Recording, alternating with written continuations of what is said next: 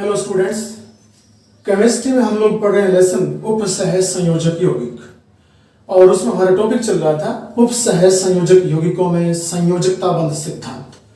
और उस सिद्धांत के अंतर्गत हम विभिन्न प्रकार के प्रश्न हल कर रहे थे जो हमारे एग्जाम में पूछे जाते हैं। यानी सीधा सिद्धांत हमारे एग्जाम में कभी नहीं पूछा जाता, उस सिद्धांत पर प्रश्न बनाकर दिए जाते हैं और वो पूछे जाते हैं कि वो दे देते हैं कि ये यौगिक तो प्रतिचुंबकीय है जबकि दूसरा वाला है वो अनुचुंबकीय, क्यों, समझाइए। ऐसे प्रश्न आते हैं। तो उसी संदर्भ में और हम प्रश्न पढ़ रहे हैं। तो अब हमारा प्रश्न है कि COF6 और -3 ये एक संकुल आयन है। कोबाल्ट केंद्रीय धातु परमाणु के रूप में है और फ्लोरो यहां हेलोजन के रूप में है। और फ्लोरो कितने? 6 फ्लोरो हैं इसमें। तो ये हेक्सा फ्लोरो कोबाल्टेट है, इसका नाम तो हेक्सा फ्लोरो कोबाल्टेट। और इस आयन में ये पूरा आयन है और आपसे प्रश्न पूछेगा कि यह अनुचुंबकीय प्रकृति का होता है, क्यों, समझाइए। या पूछेगा कि इसमें संकरण यानी पर्टिकुलर नाम दे देगा कि इसमें यह संकरण क्यों पाया जाता है। या फिर यूं पूछेगा कि इसकी आकृति अष्टफलकीय होती है तो क्यों होती है। इस प्रकार के प्रश्न उसमें बनते हैं। ऐसे प्रश्नों को हल करने के लिए मैं बता चुका हूं कि ऐसा आपको जब भी कोई यौगिक दिया हुआ मिले और प्रश्न पूछ लिया जाए तो सबसे पहले क्या करोगे? सबसे पहले आप केंद्रीय धातु परमाणु का ऑक्सीकरण अंक ज्ञात करोगे। जैसे इसमें कोबाल्ट है, कोबाल्ट को आप यहां लिखोगे, 27 नंबर पर आता है कोबाल्ट। और बता चुका हूं इन संकुल यौगिकों में जो केंद्रीय धातु परमाणु है वो हमेशा डी ब्लॉक की धातु होती है। डी ब्लॉक की धातुएं यहां आती हैं और ऐसे यौगिकों का निर्माण डी ब्लॉक की धातुएं ही करती हैं। क्यों करती हैं डी ब्लॉक की धातुएं इन यौगिकों का निर्माण? क्योंकि इन धातुओं में रिक्त डी कक्षक पाए जाते हैं।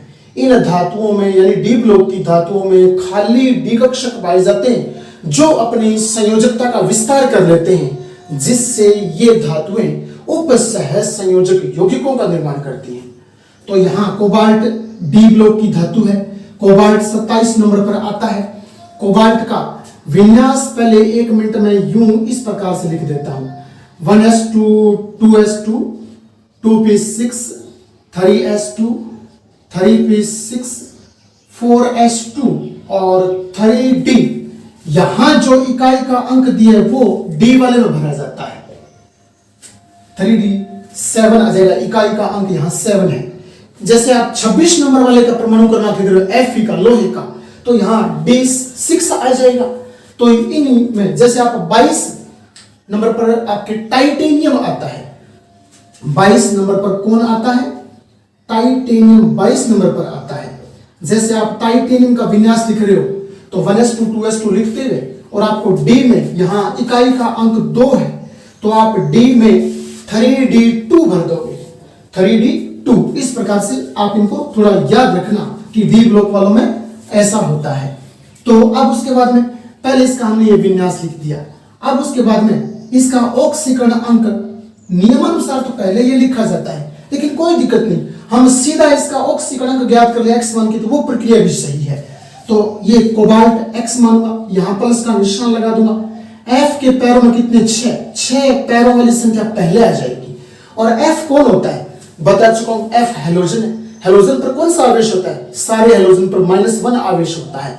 तो -1 आवेश यहां सारे हेलोजन पर, तो इस पर -1 हो जाएगा। और पूरे यौगिक के ऊपर -3 है तो बराबर के बाद -3 लगा देंगे। अब इसको हल करेंगे आप, तो आपको मेन कॉपी में x मान करके यूं हल करके दिखाना होता है, ये बात आपको ध्यान में रखनी है। तो x -6 बराबर -3 और आप जानते हो पूरा हल करूंगा तो x बराबर +3 आ जाएगा। तो यहां कोबाल्ट का ऑक्सीकरण अंक +3 आ गया।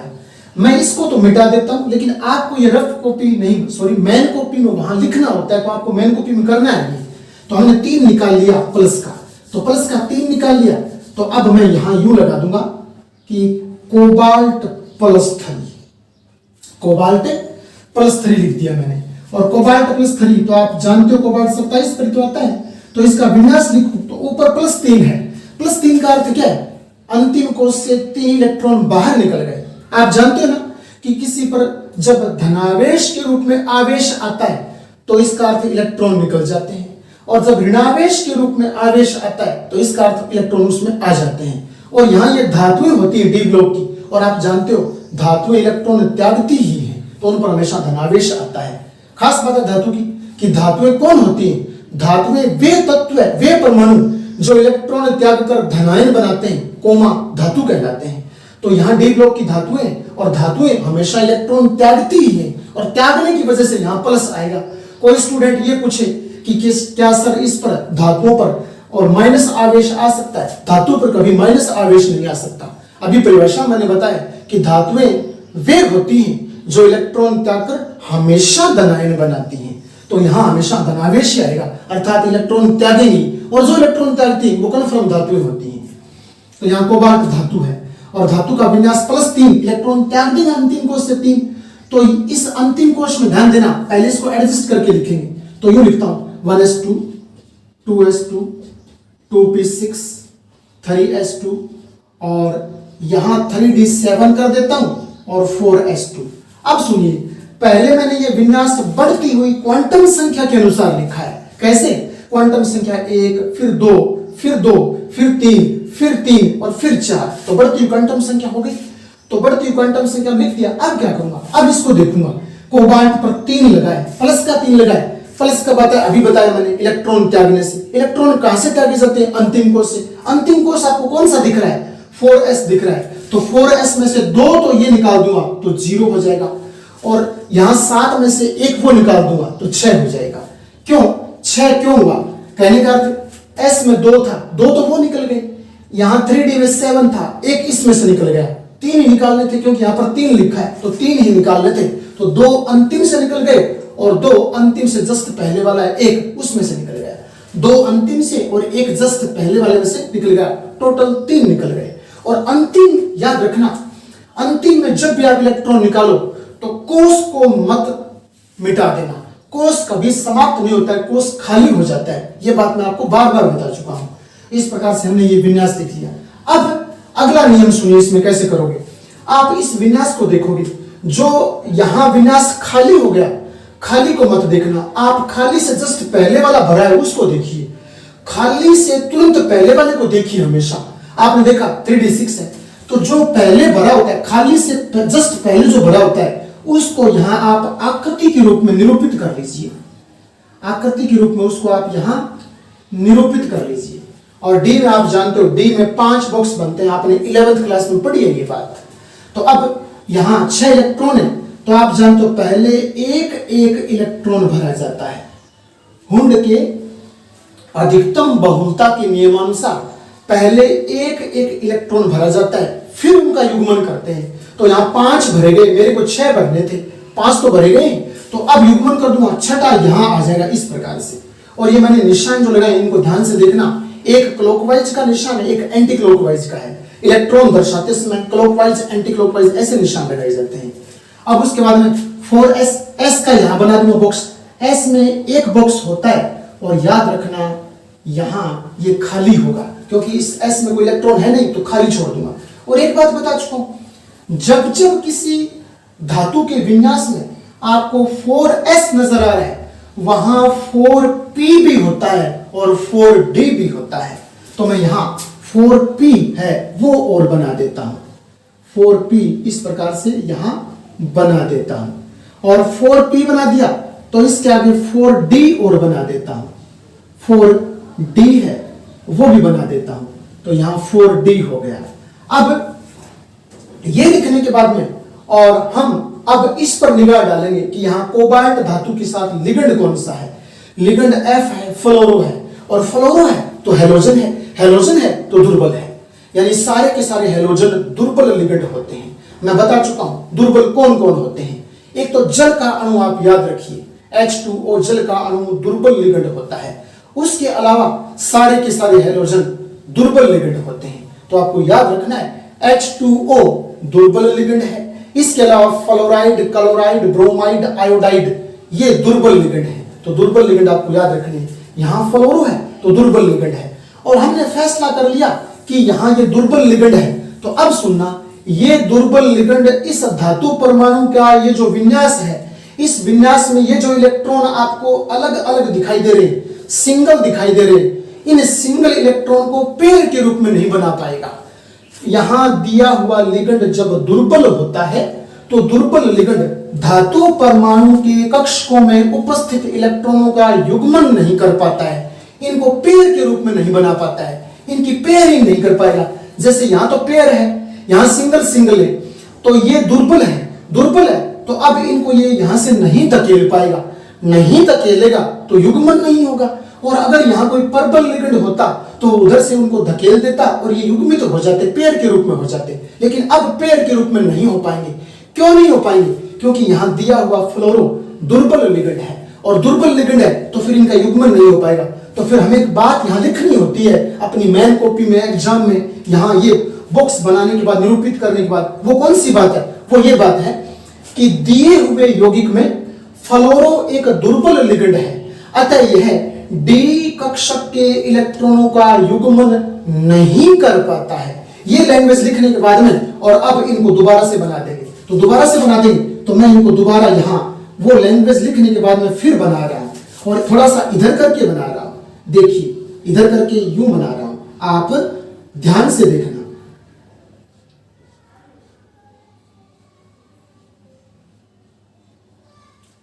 ये मैंने डी का बनाया, ये मैंने एस का बनाया, अब मैं पी का बना देता हूं। यहां मैंने ये पी का बना दिया, और दोबारा से 4D का और बना देता हूं। दोबारा से यहां 4D का आपके सामने और बना देता हूं। ये 4D हो गया, ये 4P हो गया, ये 4S हो गया, ये 3D हो गया, ठीक है ना? ये 3D हो गया, ये वो 4S हो गया, ये 4P हो गया, ये 4D हो गया। और इलेक्ट्रॉन D वाले में है अपने पास, बाकी तो खाली है। तो D वाले में जैसे इलेक्ट्रॉन आपने भरे, आप वैसे के वैसे भर के ले आओ। और अब आपको ध्यान देने वाली बात यह है कि यहां कोबाल्ट धातु का ये विन्यास है, और इस कोबाल्ट धातु के विन्यास में और कितने फ्लोरो जुड़े? 6 फ्लोरो जुड़े। तो 6 फ्लोरो इस कोबाल्ट के साथ कौन से बंध से जुड़े? उपसहसयोजक बंध से। तो ये कोबाल्ट का विन्यास है, इस कोबाल्ट के विन्यास में मैं 6 फ्लोरो लिगेंड के रूप में उपसहसयोजक बंध से जोड़ देता हूं। कैसे? खाली में जुड़ते हैं तो यहां तो इलेक्ट्रॉन है, भरा हुआ है, यहां सिंगल है, इसमें नहीं जोड़ सकते, आगे वालों में भी सिंगल है, इनमें भी नहीं जोड़ सकते, तो खाली तो मेरे को यहां दिखाई दे रहे, तो इनमें जोड़ देंगे। तो एक F इसमें जोड़ देता हूं, खाली वाले में, जस्ट एक F अगले में और जोड़ देता हूं। इस प्रकार से लगातार 6F जोड़ दूंगा, क्योंकि ऊपर देखिए 6 फ्लोरो जोड़ने उपसहसयोजक बॉन्ड से कोबाल्ट के विन्यास में। तो कोबाल्ट का विन्यास तो ये रहा, 6 फ्लोरो जोड़ देंगे, यहां 4 जोड़ चुका हूं, तो 2 अब यहां इस प्रकार से यूं जुड़ जाएंगे। ये मैंने फ्लोरो जोड़ दिए। अब इसमें संकरण ज्ञात हो जाएगा आसानी से। संकरण देखिए, यहां डी का तो मैंने कोई काम में लिया ही नहीं, फ्लोरो जोड़ने हेतु डी का तो मैंने कोई काम में लिया ही नहीं, डी का तो मैंने कोई यूज नहीं किया, बॉक्स कोई कक्षक काम में नहीं लिया है, तो फिर डी तो नहीं आएगा। तो एस का काम में लिया है, कितना? एक बॉक्स लगा दूंगा S1। फिर देखिए पी के मैंने कितने बॉक्स काम में लिए जोड़ने के लिए? 3 काम में लिए, तो P3। उसके बाद में 4D वाले में, 3D तो काम में आया नहीं, 4D वाले की बात कर रहा हूं।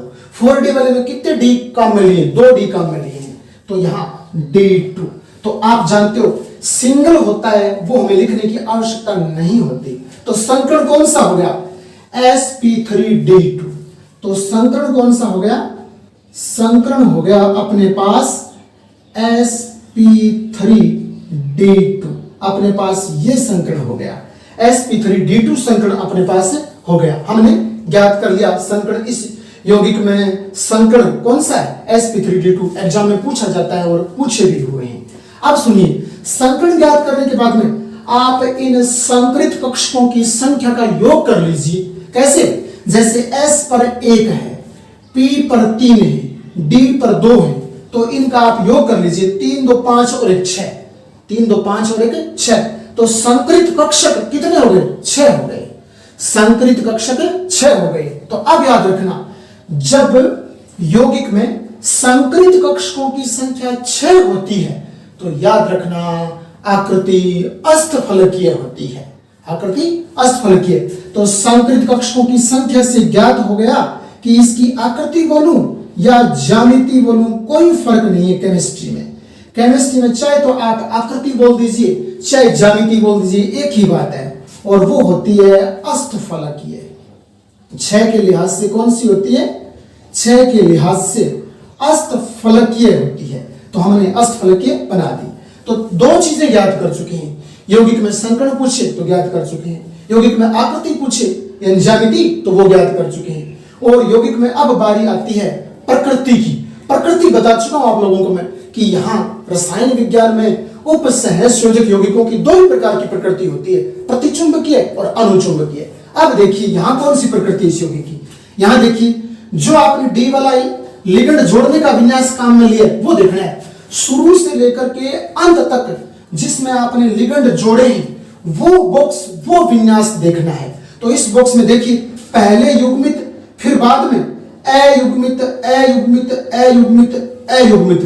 तो युग्मित तो एक ही जोड़ा है, बाकी सारे तो अयुग्मित हैं, यानी युग्मित एक है बाकी सारे अयुग्मित हैं। तो अयुग्मित है तो कहने का अर्थ इसकी प्रकृति है वो अनुचुंबकीय हो जाएगी। जब जब अयुग्मित आए तो प्रकृति कैसी हो जाएगी? अनुचुंबकीय हो जाएगी। अब यहां ध्यान देने वाली बात एक ये है, आप गौर से सुनिएगा। देखिए एक मिनट, यहां ये युग्मित है, ये आगे वाले सारे के सारे अयुग्मित, तो अयुग्मित से मिला लीजिए अनुचुंबकीय। जब जब अयुग्मित होगा तो अनुचुंबकीय होगा, और जब जब युग्मित होगा तो प्रतिचुंबकीय होगा। अब आपको मैं एक बात और समझाता हूं, यहां ध्यान दीजिए। बताइए मेरे को आप सोच करके, अगर ऐसी कंडीशन होती तो इन सारों में तो युग्मित होते और हमारे पास केवल एक ही अयुग्मित होता, यानी युग्मित युग्मित होने के बाद में एक ही अयुग्मित होता, तो क्या कंडीशन होती? प्रकृति कौन सी होती? याद रखना, भले ही एक अयुग्मित हो, इस एक की वजह से भी अनुचुंबकीय हो जाएगा। अगर ऐसी कंडीशन आती तो ये अनुचुंबकीय होता, और अगर ऐसी कंडीशन आती तो भी अनुचुंबकीय होता, और अगर ये वाली कंडीशन आती तो भी अनुचुंबकीय होता, और ये वाली कंडीशन आती तो भी अनुचुंबकीय होता। तो चाहे याद रखना, भले ही एक युग्मित हो बाकी सारे अयुग्मित हो तो अनुचुंबकीय ही होगा। यह बात आपको याद रखनी है। तो हमारा मूल प्रश्न क्या बना था इसमें से? आपको प्रश्न देगा यूं, एग्जाम में पूछा हुआ है, COF63- आयन में यौगिक का संकरण, यौगिक की प्रकृति और यौगिक की ज्यामिति बताइए। तो हमें क्या करना होगा? सबसे पहले जो कोबाल्ट धातु यानी केंद्रीय धातु परमाणु दिया होता है उसका आप विन्यास लिखो तो सही है, वरना आप सीधा ही उसका ऑक्सीकरण अंक ज्ञात कर लेना। ऑक्सीकरण अंक ज्ञात करोगे तो धातुओं का धनावेश आता है, जितना धनावेश आए वो अंतिम कोष में से बाहर निकाल लेना, और अंतिम कोष में से निकलने के बाद में फिर भी पूरा नहीं हो रहा है तो एक थोड़ा जस्ट अंदर वाले कोष से और निकाल लेना। जैसे इसमें S से भी निकाला और D से भी निकाला, इस प्रकार से। फिर आपको देखना है अगले बिंदु के रूप में कि यहां जो खाली कक्षक है उससे जस्ट पहले देखिए भरा हुआ कौन सा है। भरे वाले का यहां विन्यास बना लीजिए, बॉक्स के रूप में विन्यास निरूपित कर दीजिए, और आगे वाले जो 4s है खाली के रूप वो दर्शा दीजिए। और मैंने कहा जहां 4s आ गया वहां 4p होता है, 4p होता है वहां 4d होता है, उनको आप यूं बना के छोड़ दीजिए। और फिर आपको इस पर निगाह डालनी है कि यहां यौगिक में केंद्रीय धातु परमाणु के साथ कौन सा लिगेंड दिया है। लिगेंड पहले बता चुका हूं, दुर्बल याद रख लीजिए, प्रबल ऑटोमेटिकली याद हो जाएंगे। आप कहोगे दुर्बल कौन से? H2O दुर्बल है, इसके अलावा हैलोजन दुर्बल है, बस इतने याद रखने आपको। H2O दुर्बल है और फ्लोराइड, क्लोराइड, ब्रोमाइड, आयोडाइड ये दुर्बल है। इनके अलावा आपको जो कुछ भी नजर आ जाए लिगेंड के रूप में वो सारे प्रबल होते हैं। तो यहां ये दुर्बल है, और दुर्बल जो होते हैं वो इन डी कक्षक के इलेक्ट्रॉनों का युग्मन नहीं कर पाते। तो आप उनको सैन का सैन यूं रख लीजिए, और फिर इस पर देखिए कि कोबाल्ट के साथ कितने लिगेंड जोड़ने हैं फ्लोरो के रूप में, 6 लिगेंड जोड़ने हैं, और ये लिगेंड हमेशा खाली कक्षक में जुड़ते हैं, भरे हुए में कभी नहीं जुड़ते, सिंगल इलेक्ट्रॉन वाले में कभी नहीं जुड़ते। सिर्फ और सिर्फ जो हमें खाली दिखाई दे रहे उनमें जोड़े जाते हैं। तो उनमें आप लगातार जोड़ते चलिए और फिर से संकरण ज्ञात हो जाएगा। तो आपने 3D का तो कोई काम में लिया ही नहीं बॉक्स, आपने 4s का एक बॉक्स काम में लिया तो S1 कर दीजिए, 4P में आपने 3 बॉक्स काम में लिए तो P3 कर दीजिए, और 4D वाले में आपने 2 बॉक्स काम में लिए तो D2 कर दीजिए। तो संकर्ण हमने ज्ञात कर लिया, संकर्ण sp3d2 आया। अब इन संकृत कक्षकों का योग कर लीजिए, ऊपर मतलब एक प्रकार से जो कक्षकों की संख्या है वो, यानी s तो 1 है, p 3 है, d 2 है, इन संख्या का टोटल योग कर लीजिए, ये 6 बन गए। तो संकृत कक्षकों की संख्या जब 6 होती है तो आकृति है यौगिक की वो अष्टफलकीय होती है। और उसके बाद में फिर हमने आपकी विन्यास देखना है, और विन्यास मतलब प्रकृति के लिए, तो विन्यास आप जिसमें लिकट जोड़े वो विन्यास देखिए। तो देखिए युग्मित है, फिर अयुग्मित, अयुग्मित, अयुग्मित, सारे अयुग्मित है आगे, तो प्रकृति हो जाएगी अनुचुंबकीय। और एक बात मैं इसकी आकृति अष्टफलकीय जो आकृति होती है वो अष्टफलकीय आकृति आप जानते हो कि आप एक वर्ग बना लीजिए और उस वर्ग के केंद्र में जो धातु परमाणु दिए वो लगा दीजिए। इस प्रकार के उपसंयोजक के निशान में यूं लगा देता हूं और आप लगा दीजिए इस प्रकार से, यूं लगा करके, और इस पर 6F जोड़ दीजिए। 6F इस प्रकार से यूं जुड़ जाएंगे। 6F आप ध्यान देना, ये जुड़ गए 6F। और इस पर कितना आवेश है? -3। तो आप सारे पर यूं करके और -3 आवेश लगा दीजिए। ये आकृति कौन सी होगी? ये ज्यामिति आकृति एक ही बात है, ये होती है अष्टफलकीय। इस प्रकार से, और ये जो प्रश्न है ये इंपॉर्टेंट है और एग्जाम में पूछे जाते हैं। आप एक प्रश्न हल करना अच्छे से सीख लोगे तो ये 6 प्रश्न बनते हैं अपने एग्जाम में, और 6 के 6 प्रश्न आप आसानी से हल कर सकते हो। तो थोड़ा ध्यान दें।